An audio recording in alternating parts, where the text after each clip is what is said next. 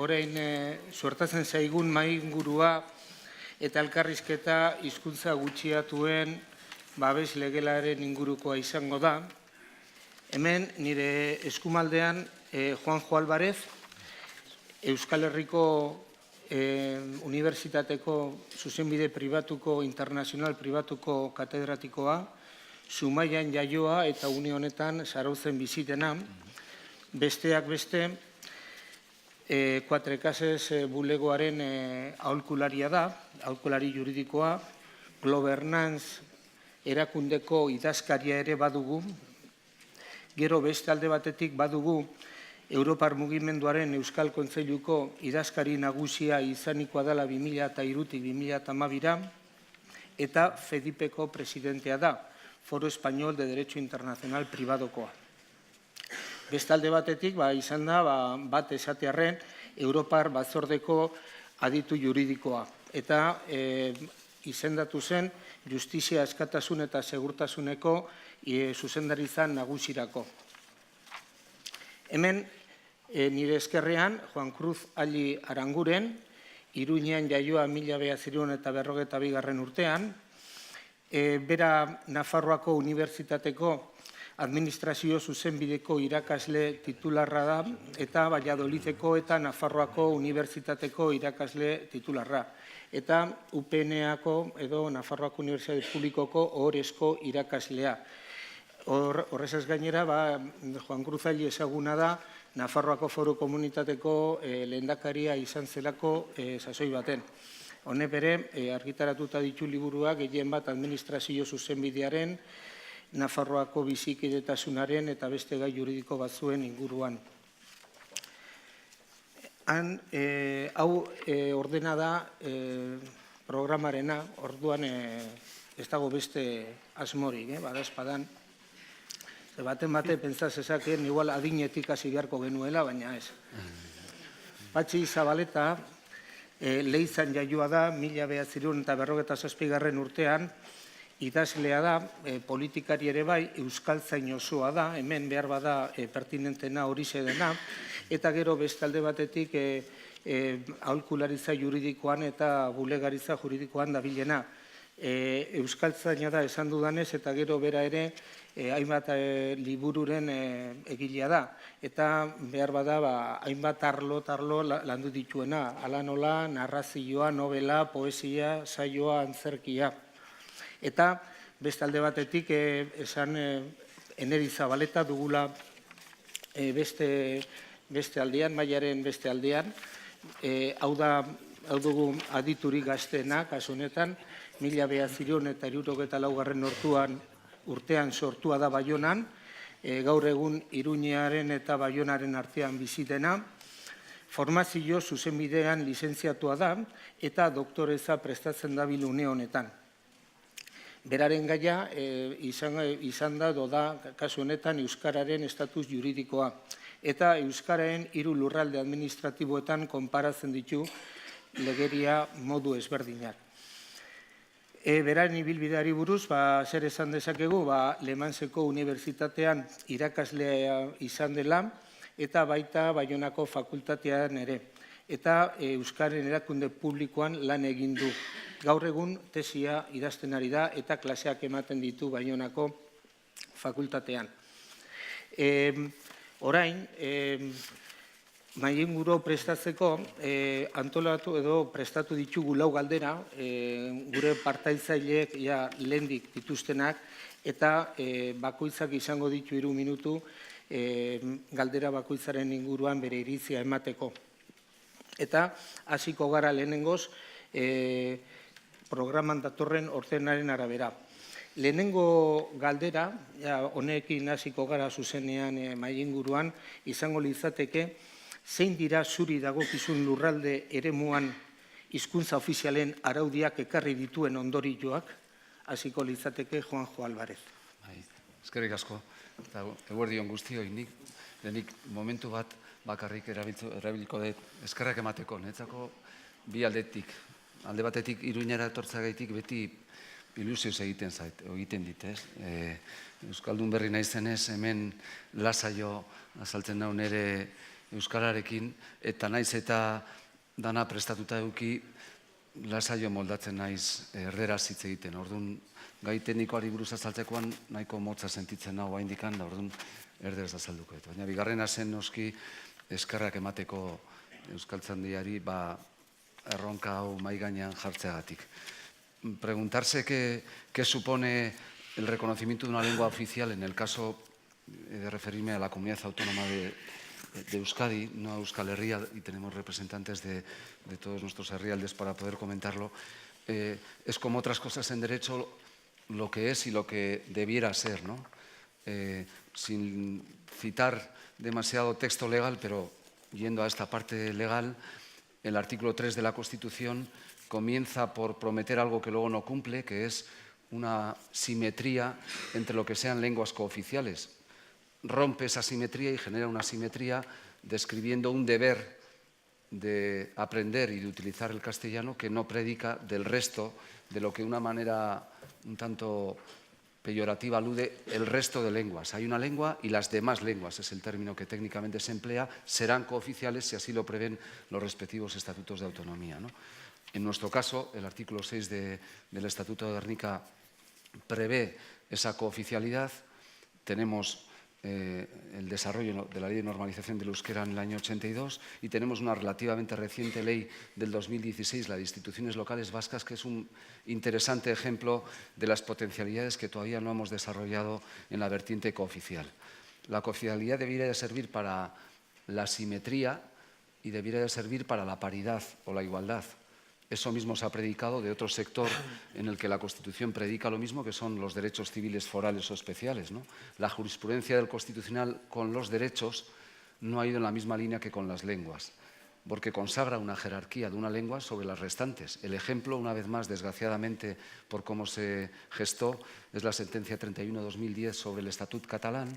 Preveía el deber en paridad de conocimiento y de utilización de la lengua catalana respecto a lo que es también el castellano, y hablaba del uso preferente del catalán. Y se declaró inconstitucional por esta segunda cuestión, es decir, no puedes declarar el carácter preferente de tu lengua propia. Tercer concepto importante, lo que hemos hecho las comunidades, y Euskadi en particular, con una lengua propia, es no solo calificarla como oficial, sino como lengua propia. Lo que debiera de servir, también lo dijo respecto de nuestra ley el Tribunal Constitucional, es, por ejemplo, para posibilitar algo que puede parecer menor, pero que con la que está cayendo en política no es menor, que es que, por ejemplo, plazas en la administración pública tengan perfil lingüístico. Ahora parece que puede ser también constitucional que no haya exigencia de perfil lingüístico en las plazas, lo cual una cosa en derecho no puede ser las dos cosas a la vez.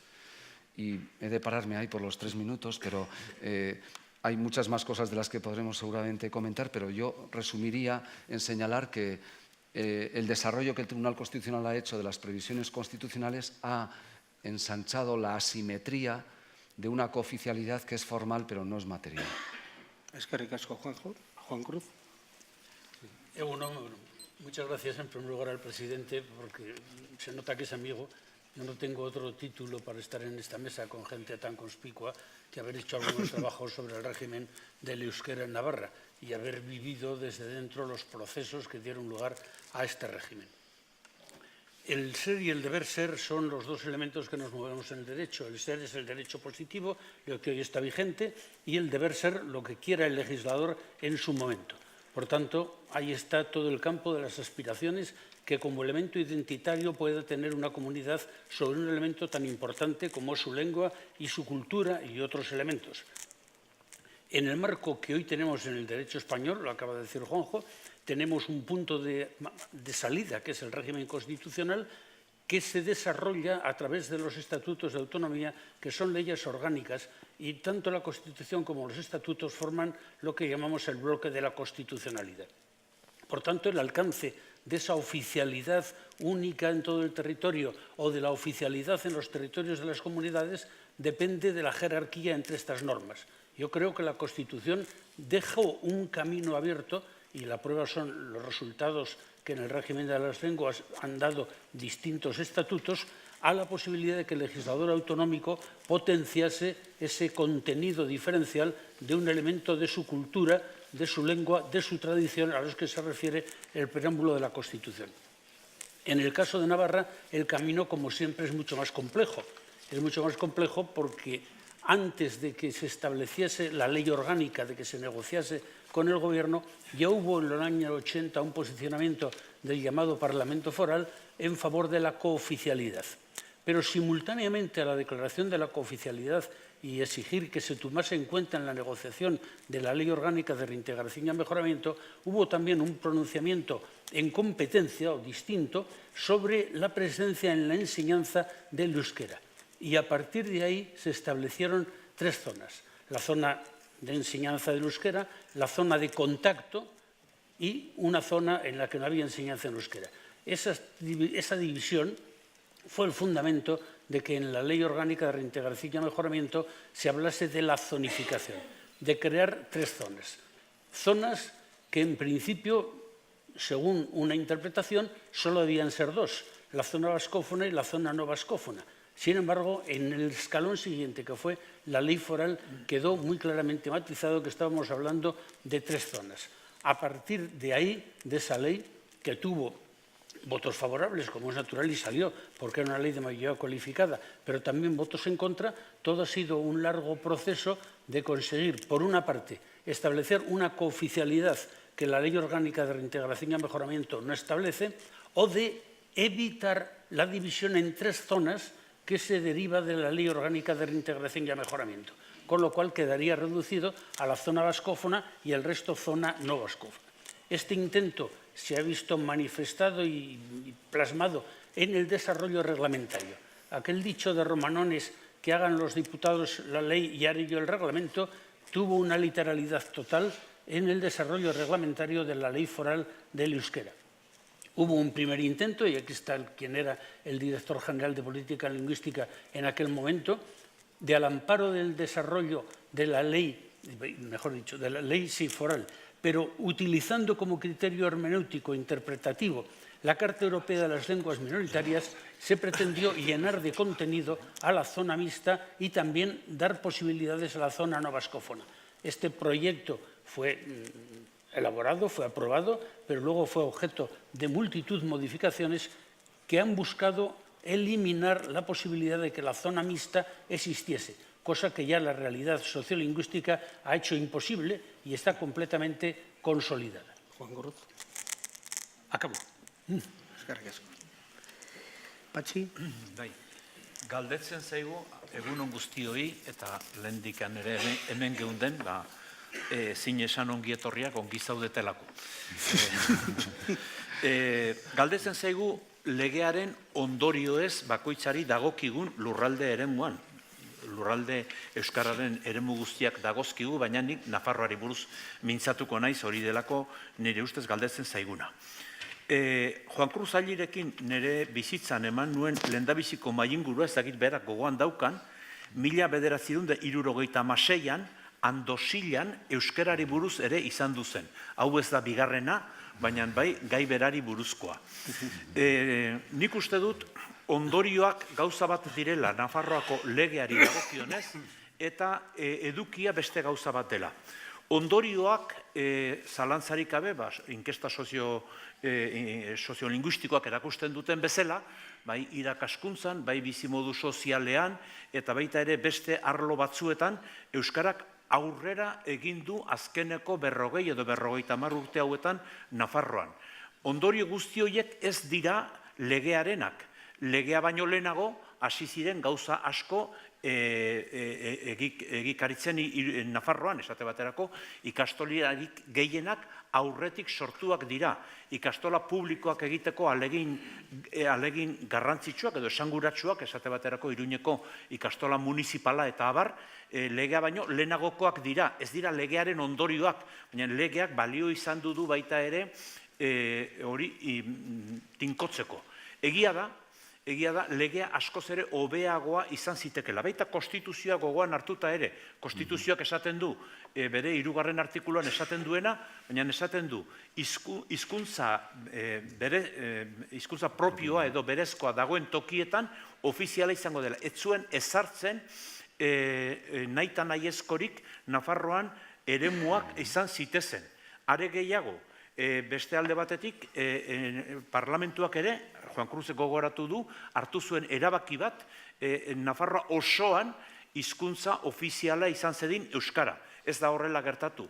Eta zergatik sortu zen eremuen konzeptu hori, nik uste dut hor, badagoela, hori gauza akademikoa litzateke eztabaidatzea, baina soziolinguistikaren eta zuzenbide hizkuntzaren arteko nahasketa bat, eta nahasketa horrek eraman du eremuak izatera. Ez dakigu, noiz eremu horiek gaindituko diren, baina bai, esan beharra dago, esate baterako zonalde edo eremu mistoa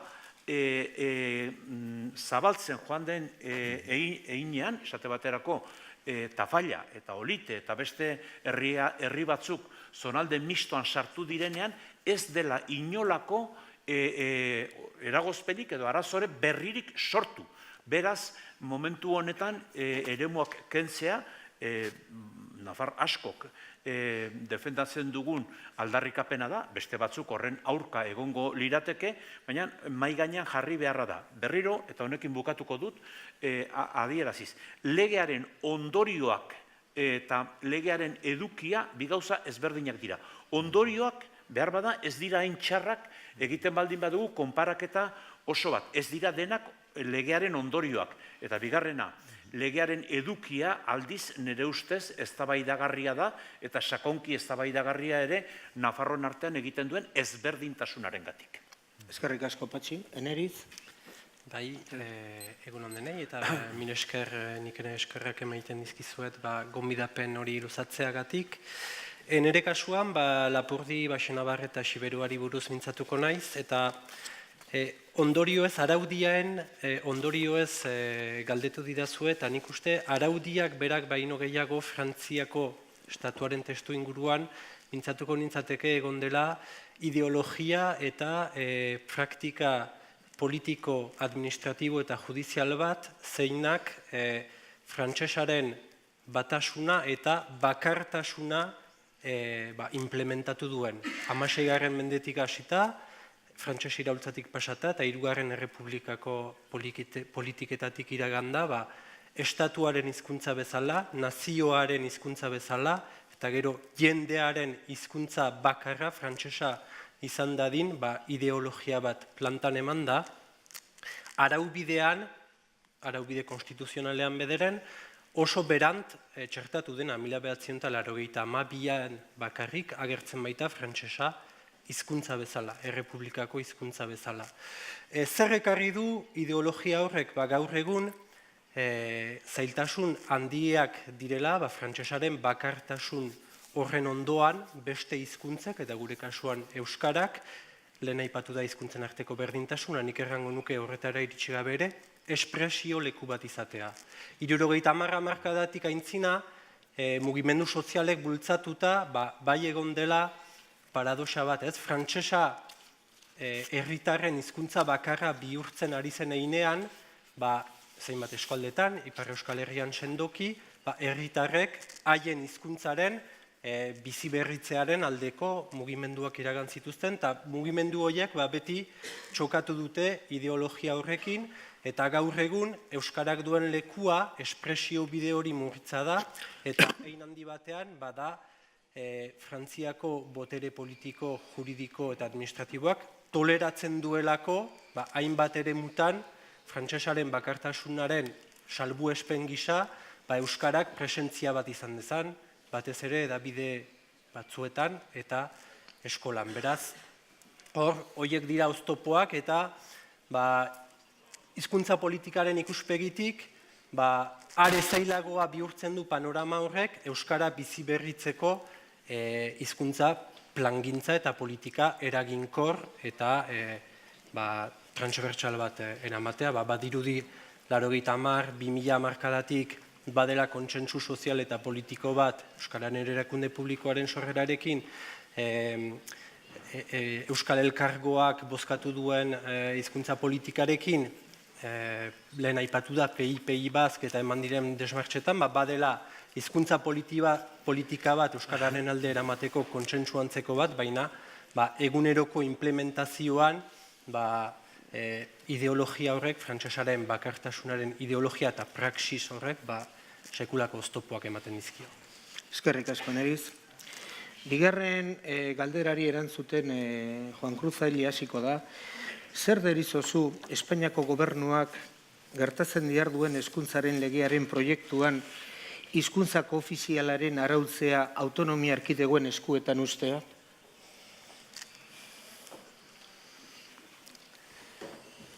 Bueno, es que me parece evidente que tiene que ser así, porque primero el Estado no tiene capacidad para articular todo un sistema de identidades territoriales diferenciadas, salvo que se quiera asumir el riesgo a que acaba de hacer referencia Neriz de un sistema único y total que, como ha dicho Juanjo, está ya apuntado en la Constitución, pero que gracias a la competencia autonómica ha ido desdibujándose, en el sentido de que las comunidades con lengua propia han ido estableciendo un régimen o de cooficialidad o de semioficialidad, como es el caso de la Comunidad Foral de Navarra. Por tanto, yo defiendo que sean las comunidades que tienen este hecho diferencial las que tengan capacidad para regular y establecer su régimen.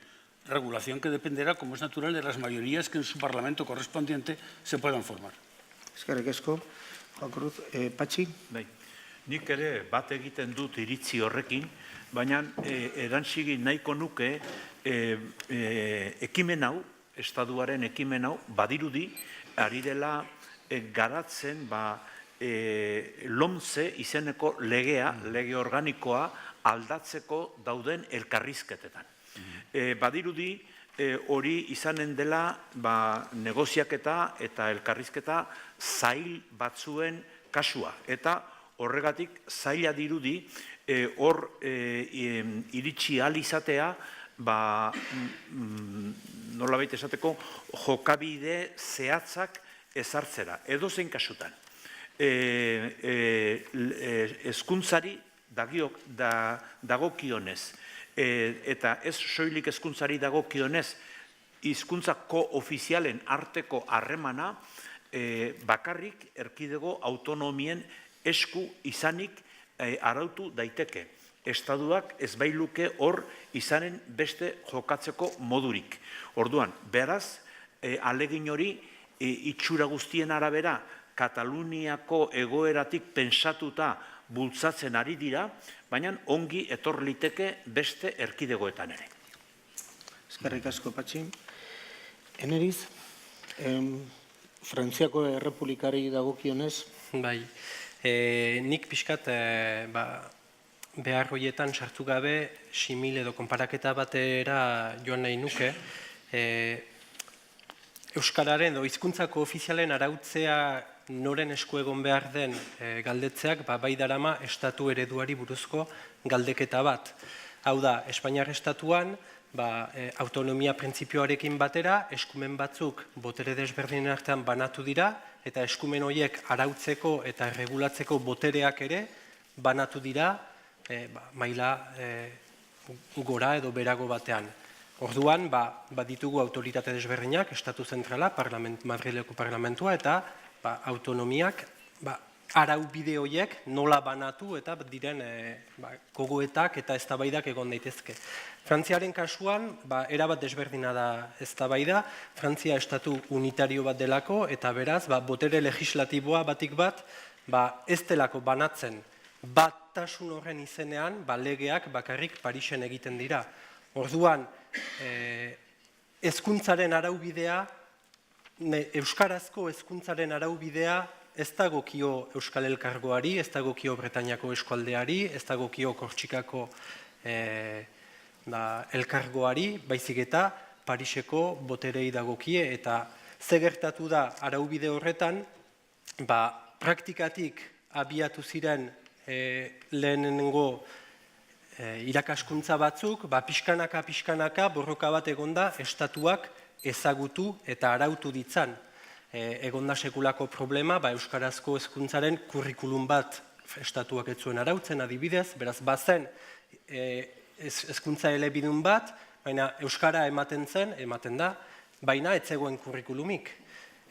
Azterketen aldetik ere bai, frantsesez egiten dira azterketak, eta beraz hor, eztabaida horretan pentsa genezakena da nola egin botere lokal horiek ere, araubide botere hori jaso dezaten, litzateke botere legislatibo bat, botere erreglamentario bat litzateke, baina horrek suposatu beharko luke ere bai, hezkuntza eskumena deszentralizatua izan dadin, eta Frantziaren eskola errepublikarra deitzen da.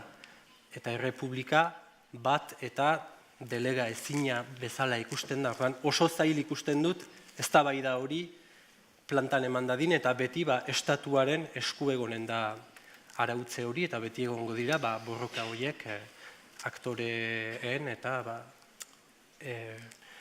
autoritate normatiboen artean. Eskerrik asko nariz, Juanjo. Bai, nire kasuan ni bat nator Patxirekin, ez? La dimensión de la LOMCE es el ejemplo más evidente de una visión patrimonialista, la misma que se tiene en Francia respecto de las lenguas, de las competencias.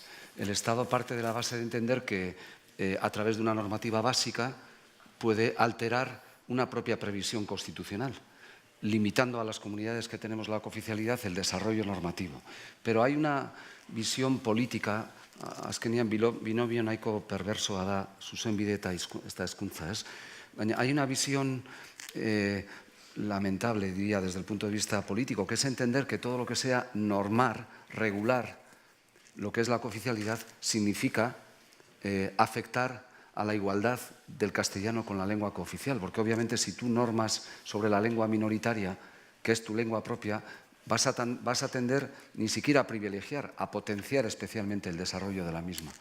Eso no es ni antidemocrático ni supone contravenir las previsiones del artículo 3 de la Constitución. Al contrario, pretender vaciar de contenido el desarrollo lingüístico, que tiene base incluso en el artículo 1 cuando habla del pluralismo, entendiendo que la base competencial del Estado le permite entrar a regular, por ejemplo, la carga lectiva en relación a la lengua, es desvirtuar el sentido de la competencia, con una naturaleza agravada por lo político.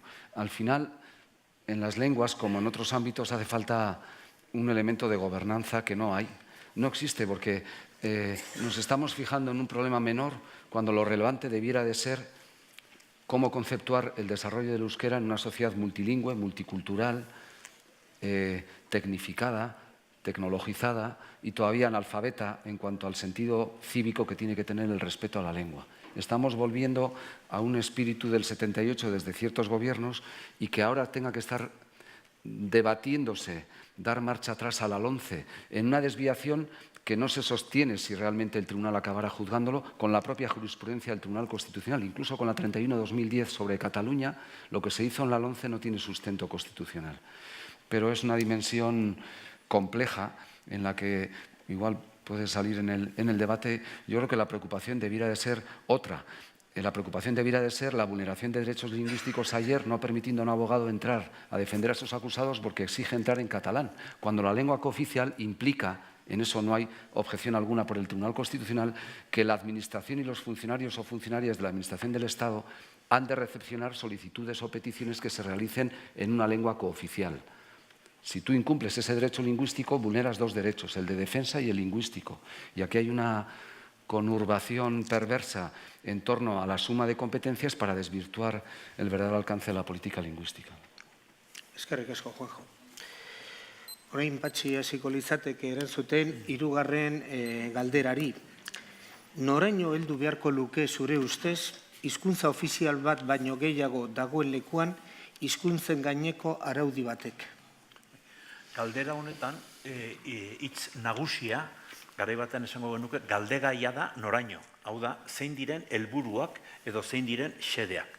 Nik uste dut, hizkuntza ofizial bat baino gehiago dauden tokian, helburua beharko lukela, xedea behar duela, hizkuntzak berdinak izan behar dutela koofizialak baldin badira, eta herritarren askatasuna aukeratzeko erabili nahi duen hizkuntza, eta berdintasuna, herritarren berdintasuna direla bermatu beharrekoak.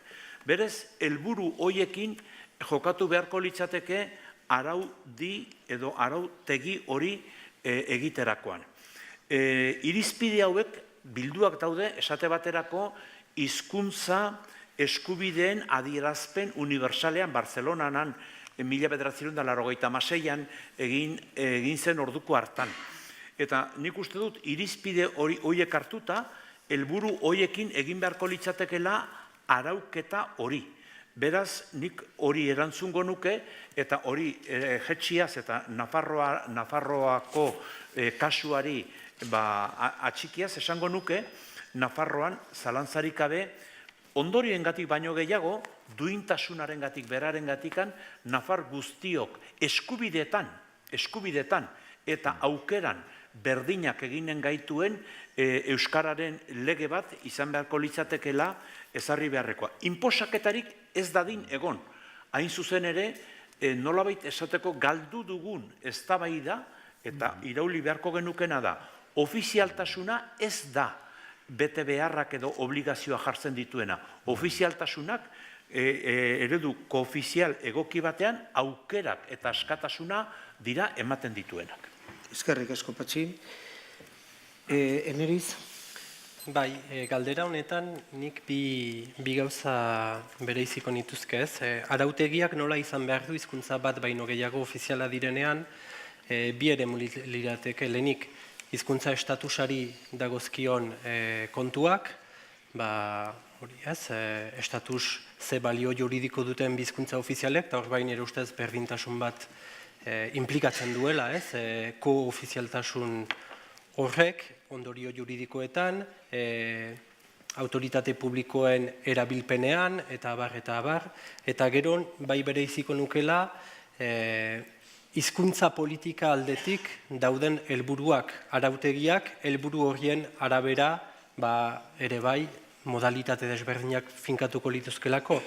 Ez da berdina nahi izatea estatu plurilingüe bat non kuarentena zona linguistikoak kuarentenan egongo lirateken, eta azkenean herritarrak elebakarrak izango lirateken eta estatua eleanitza, edo izatea estatu bat non hizkuntzak kontaktuan dauden eta kontaktu hori eleaniztasun batean babestu edo bultzatu nahi den hizkuntza politiko baten bidez. Orduan hor, arautegiak ere, koofizial estatusak ere adaptatuko lirateke, lurraldetasun, pertsonalitate printzipioak, eta nire ustez gure kasuan ez, Euskal Herriko kasura etortzen bagira, Euskal Herriko kasuan, Euskararen 3 unitate administratiboten, bada errealitatea mankomun bat, Euskara beste estatu hizkuntza batekin kontaktuan bizi dela, eta 3 kasuetan gainera Euskara egoera minorizatuan dagoela. Eta orduan nire ustez arautegiak, egoera hori juridikoki berdindu nahi izateko helburua finkatu beharko luke, eta horrek inplikatzen du Euskararen aldeko bizi berritze neurriak laguntzea. Eskerrik asko, Eneriz. Juanjo? Bai, nire kasuanik bi gauz esango nuke, no? La doble condición o la cooficialidad, primero, no priva al legislador autonómico de legislar respecto de su lengua propia, precisamente para lograr garantizar la simetría y la paridad. Un primer argumento. El segundo, en la misma línea que Patxi, el objetivo de la cooficialidad tiene que ser poner el acento en el derecho, en el libre derecho de opción. Y ese derecho tiene una gran virtualidad, que es que no confronta con un derecho de un tercero.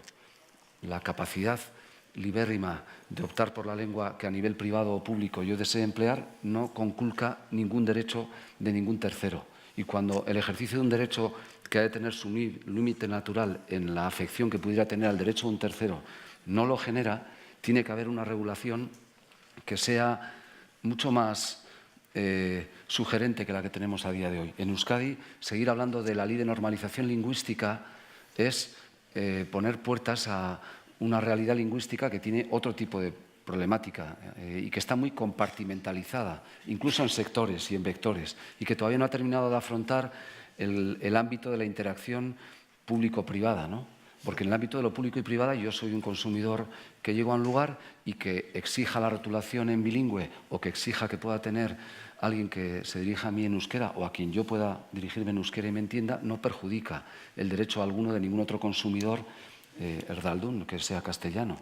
No hay, y sin embargo, la batalla del discurso o del relato perdida es la de entender que eso implica una imposición.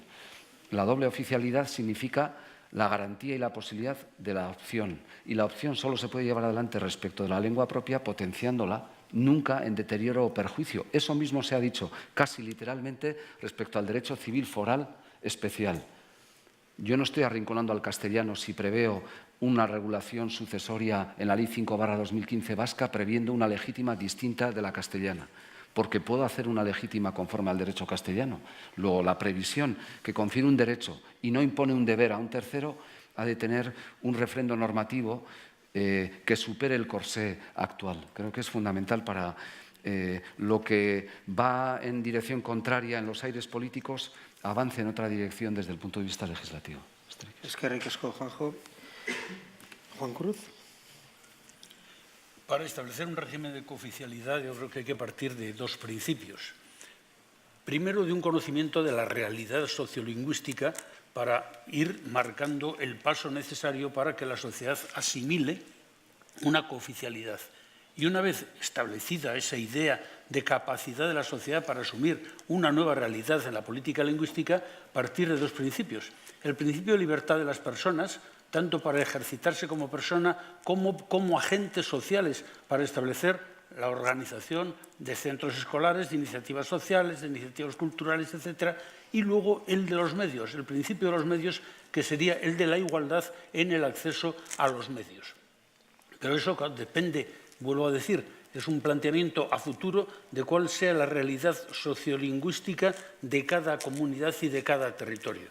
Aquí siempre se ha discutido la presencia del euskera en la zona no vascófona de la Ribera, pero antes también se discutió la presencia del euskera en la zona mixta, y hoy la experiencia de esta ley foral nos ha demostrado que porque existía libertad en las personas, iniciativa social e igualdad de acceso a medios, al menos en la enseñanza, ha sido posible que la zona media se convierta en una gran zona de presencia del euskera con una dinámica muy importante, que solo de un modo muy aislado ha tenido presencia en el territorio del sur, en la zona no vascófona, donde también hubo que hacer una política de discriminación positiva respecto al ejercicio de la libertad de iniciativa social y de la financiación para que hubiese iniciativas sociales precisamente de enseñanza del euskera. Y eso se logró primero de una forma irregular, en el sentido no avalado legalmente, no se utilizaron los conciertos, pero posteriormente se buscó, de acuerdo con la Federación de Ikastolas, la fórmula del concierto y de la legalización de unos centros que en principio se decía, ¿son ilegales? No, son alegales. Una sutileza jurídica para no descalificar una realidad que en principio no tenía ni autorizaciones administrativas ni cumplía los requisitos de los centros escolares de iniciativa social. Por tanto, hay que ponderar un conjunto de elementos para articular el sistema que sea lo más integrador posible de la libertad y de la igualdad. Eskerrik asko, Juan Cruz.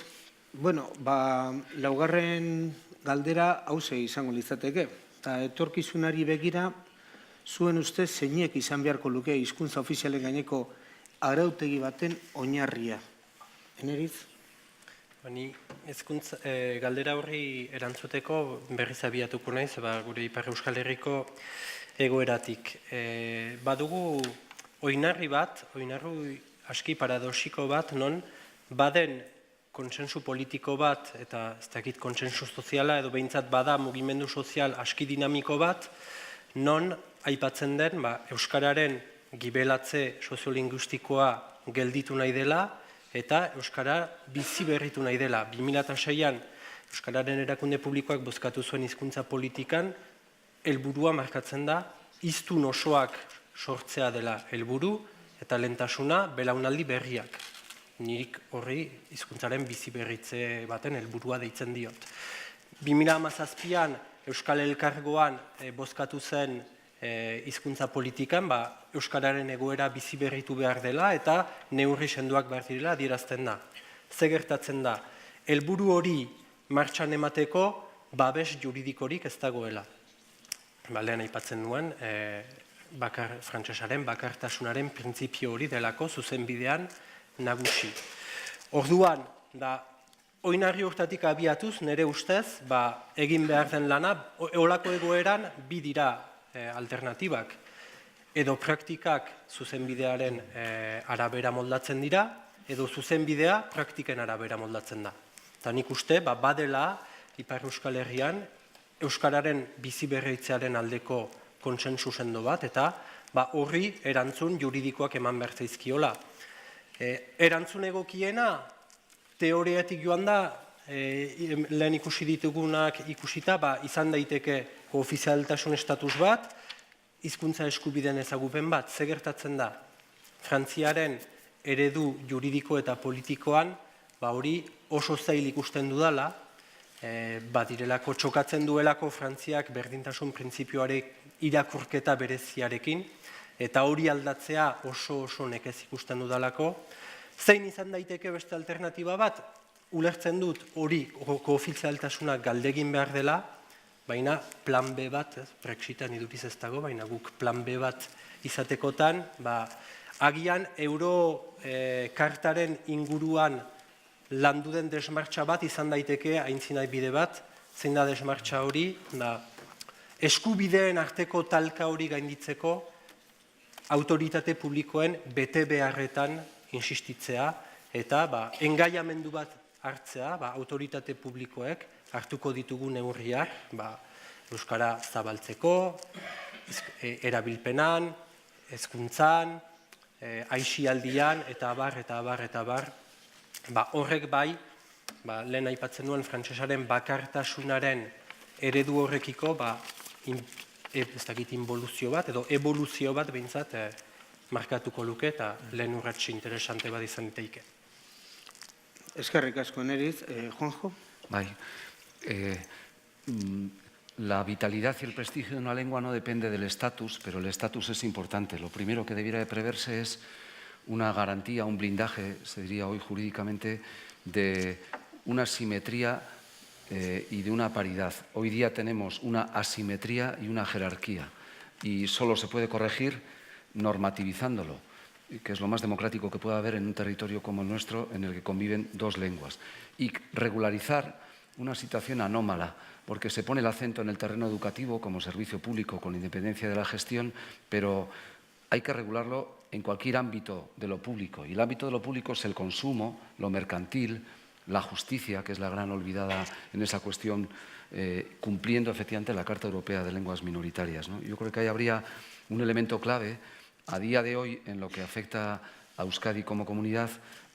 Las bases del nuevo estatus lo regulan en el preámbulo, en el título preliminar y en la base sexta, que no sé si es exactamente, con todo el respeto sistemático, el ámbito idóneo, pero se recoge ahí junto a una serie de derechos sociales, y es verdad que es inherente al concepto social el uso del euskera, pero antes que eso forma parte de nuestra identificación como comunidad cultural, ¿no? Y creo que debiera de tener otro lugar, no diferido únicamente a eso, porque también el derecho a la salud está ligado al euskera y a la capacidad de poder ser atendido en ese ámbito, y podría tener un análisis interesante. Pero las definiciones que se contienen en el mismo me parecen acertadísimamente correctoras de la situación de asimetría y de jerarquía, en ambos casos en favor del castellano, lo cual es incorrecto porque exacerba la falta de consenso, y si no hay consenso no existe poder taumatúrgico de una ley. Al contrario, se genera todavía más tensión. El problema es cómo entrar a normar un tema tan politizado, tan crispado, aun existiendo una mayoría social favorable al mismo, ¿no? Cómo lograr disuadir socialmente del relato interesado que juzga que cualquier regulación de una lengua cooficial supone tomar ventaja respecto de la otra. Es un argumento artero jurídica y políticamente, pero empleado, ¿no? El futuro se debiera de construir reconstruyendo ese estatus, previéndolo y garantizando otra vez ese derecho de opción, que es el derecho más básico que puede haber inherente al pluralismo de ese ámbito, como el pluralismo religioso, el pluralismo cultural o el pluralismo político, ¿no?, que consagra el propio texto constitucional. Entonces, por ahí creo humildemente que debiera de ir la regulación. Eskerrik asko, Juanjo. Juan Cruz. Ahorita creo entenderte que te referías a la reglamentación en general, ¿no? Sí, en estos momentos la normativa en el ámbito general, no específico ni sectorial. No, por eso. En el ámbito general realmente tenemos una jerarquía y lo principal, primero y principal, es que la definición de ese marco legal dé puntos suficientes para el desarrollo en el marco siguiente, que sería el autonómico. La Constitución dice lo que dice y tampoco se puede pretender que diga más. Lo importante sería que el estatuto, que el régimen autonómico, precisase al máximo posible el ámbito competencial de cada comunidad respecto a la materia. Y a partir de ahí el desarrollo que hiciesen los parlamentos autonómicos concretase, en primer lugar, los conceptos básicos, como serían los derechos, el derecho a la libertad de uso de la lengua, el derecho a utilizar los medios adecuados para su promoción y desarrollo, el derecho a la igualdad en la utilización de la lengua y luego lo que antes he querido decir, que la realidad sociolingüística es muy importante. Es tan importante que cuando hemos visto cómo una determinada ley, en este caso la ley foral, se ha remitido a los estudios sociolingüísticos para modificar la zonificación, la dinámica de la sociedad ha llevado a que esos estudios sociolingüísticos hayan conducido a modificar la delimitación ampliándola de un modo considerable, como también han llevado al apoyo a las iniciativas sociales. Por tanto, la regulación a mí me parece que siempre es fundamental, que al nivel de ley tenemos que establecer un sistema puramente garantista de la presencia de la ley y no podemos olvidar que toda ley necesita de un desarrollo reglamentario. Y según cómo se haga o con qué principios se utilice y se adecúe este desarrollo reglamentario, podemos darle a la ley más o menos contenido. Tenemos para eso una referencia, la Carta Europea de las Lenguas Minoritarias, que establece un modo de ver cómo el derecho del ciudadano reconocido estatutariamente puede plasmarse desde un derecho que no está consolidado como un derecho del derecho europeo, pero sí como un principio de la política cultural europea que incluso puede tener arraigo en la garantía que establece de las decisiones del Consejo de Europa y de la Carta Europea los organismos europeos. Por tanto, eso nos da posibilidades de futuro. Eskerrik asko, Juan Cruz. Patxi? Oinarrietaz galdetzen zaigu nola arautu beharko litzatekeen hizkuntza ofizialak dutenean koofizialitateko egoera, eta nik berriro aipatuko nituzke helburu edo xede diren hoiek. Lehendabizi askatasuna eta eskubidea herritarrari dagokionez eta baita ere hizkuntzen arteko eta herritarren arteko berdintasuna. Hoiek oinarri bezala ipinita ondoren, nik uste dut euskarak daukan egoera edukirik, eta nik ere Eurokarta aipatuko nuke, baina hizkuntza gutxiagotu edo minorizatu baten asmoa beti izaten da minorizatua edo gutxiagotua izateaz ustea. Orduan, hori ere kontuan izan behar da, eta horretarako nik bi gogoeta oso labur aipatuko nituzke. Erkideen arteko hitzarmenak eta estatuen arteko hitzarmenak. Badira Europan ereduak estatuen artean hizkuntza amankomun batzuei buruz. Eta horrek ere bere tokia izan lezake euskararen kasuan. Baina badira, eta Espainian ere bai, komunitateen erkidegoen arteko hitzarmenak, esate baterako Galizia eta Gaztela Leonen artekoa, hizkuntza amankomun bateri buruzko hitzarmenak. Eta nik uste dut hori ere euskararen kasuan baliagarria izan litekela ikusirik iparraldeko mankomunitatea egiten ari den urratsak. Eta azkenik, zalantzarik gabe, euskarak hizkuntza europarra bezala aitortua izateko eskubidea du, historiak ematen dio, eta nik uste dut hori ere ez genezakela ahaztu gure ez bakarrik biziraupenerako, baizikan etorkizunean bizimodu osorako balio duen hizkuntza izan dedin apustu horretan. Eskerrik asko, Patxi.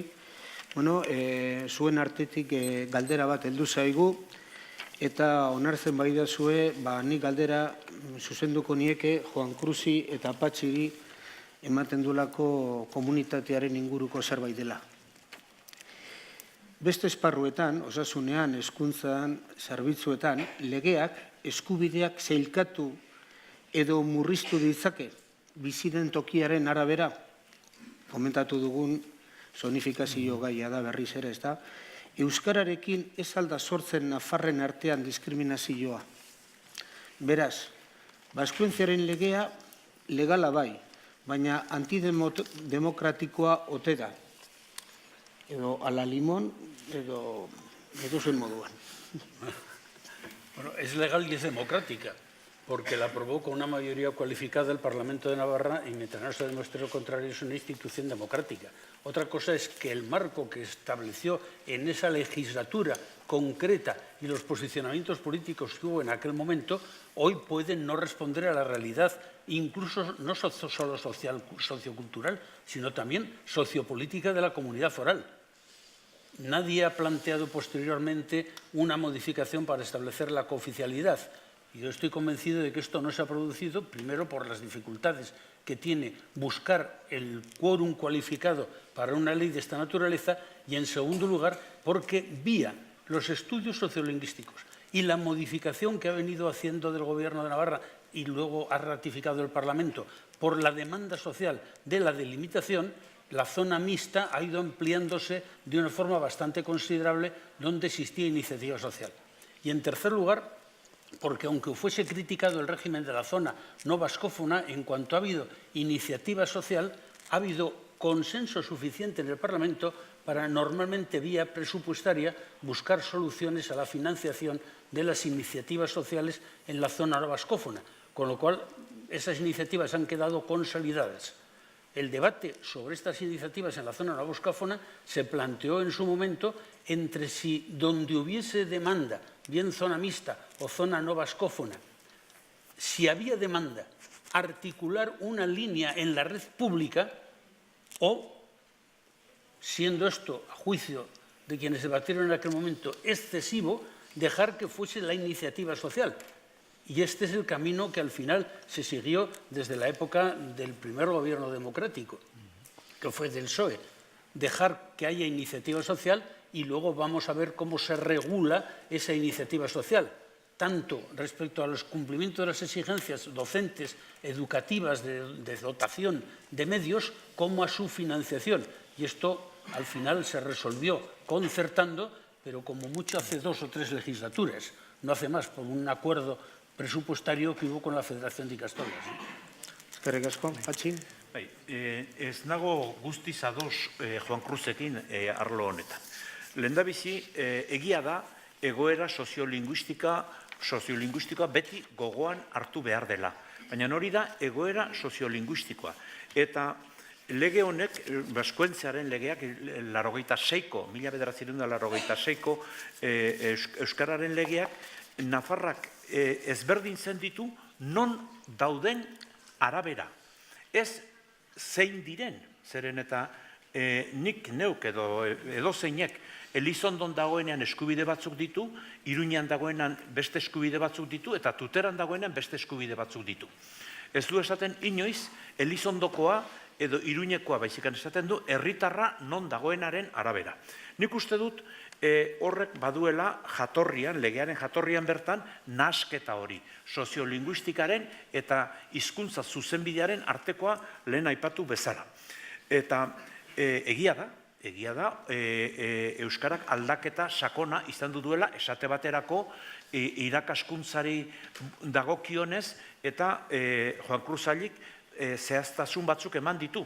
Nik erantsiko nioke eman dituen zehaztasunari gehigarri bat izan du da beste modu bateko adibidea ere, eta da Noain. Noain da zonalde ez euskalduna, naiz eta Iruñari oso erantsia eta bertan dagoen. Noainen lerro euskalduna eskola publikoetan ireki zen, momentu batean bere interpretapena aldatu zutelako Nafarroako gobernuek hori dagokionez. Baina arazoa ez da soilik horri buruzkoa eta horre eman diren erantzunak, esan den bezala, askotan aintzat hartu dituzte eskariak eta eskari horiek nolakoak ziren ikastolei buruz edo eskola publikoan iriki beharreko lerroei buruz. Gakoa dago, Euskarari buruz, Nafar guztiok gauden tokian gaudela, berdinak izan beharko genukela. Barakaldoko eta Durangoko herritarrak diren bezala, Laguardiako eta Gasteizko edo Amurrioko herritarrak diren bezala, eta ez da hortatikan arazorik sortzen.